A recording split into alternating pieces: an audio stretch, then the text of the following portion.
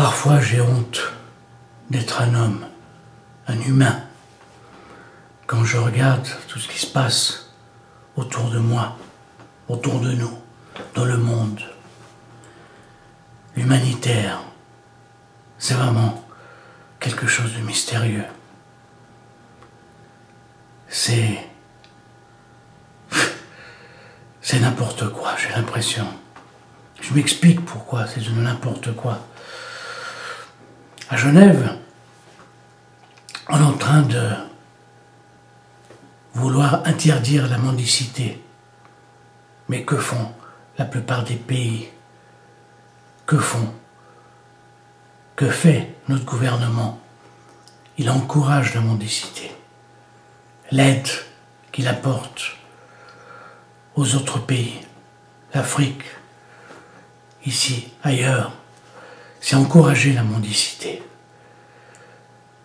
Les gens réclament sans cesse du fric. Beaucoup de pays africains réclament de l'argent à la Suisse pour faire ceci, pour faire cela. Moi, j'appelle ça de la mendicité quand même. C'est pas celui qui mendie avec sa main innocente. Vous me direz que bon, parmi ces mendiants, il y a aussi des drôles d'oiseaux. Mais vous savez, pour arriver à rester des heures par terre, la main tendue, demander l'aumône, ça, c'est grave et c'est triste. Et ces gens-là n'ont pas le temps d'aller travailler ailleurs, surtout quand ils restent des heures et des heures assis sur un trottoir. Alors là, bien sûr, notre société, notre belle société, hypocrite, notre bourgeoisie, bien installée. Oh, on ne veut pas ça chez nous, c'est horrible. Mais, entre-temps, on encourage la mendicité, où ça rapporte. Cette mendicité à travers les peuples, à travers les continents, à travers les pays, à travers les nations.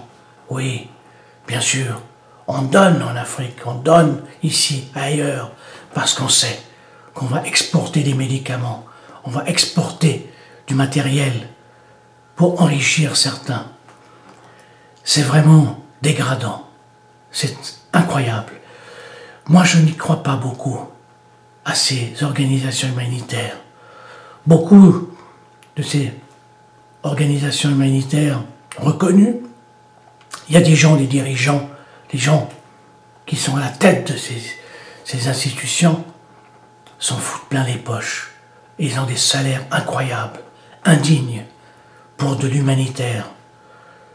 Je ne veux pas parler de qui, mais je parle des institutions reconnues et colossales, comme des industriels.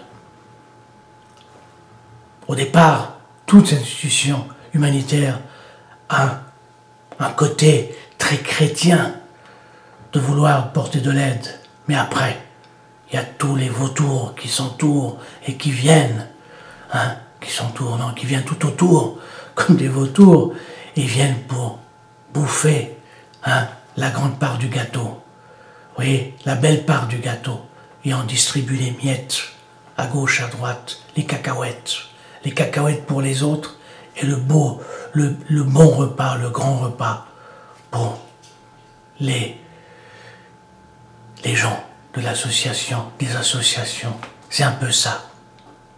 Mais je vais vous raconter quelque chose qui m'a beaucoup déçu. Je me souviens, à l'époque, j'étais un jeune étalonneur. Étalonneur dans un laboratoire, c'est quelqu'un qui corrige un peu les images concernant les couleurs. Bref, je ne vais pas donner une explication là-dessus. Et il y avait quelqu'un qui venait d'une grande institution, d'une grande truc humanitaire reconnu mondialement, qui faisait partie de l'ONU, etc. Bon, bref.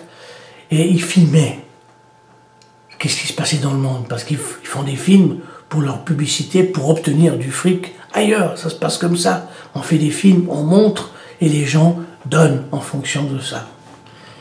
Et je me souviens, il avait filmé un Afghan, un petit gosse afghan, qui avait sauté sur une mine. Il avait un œil arraché et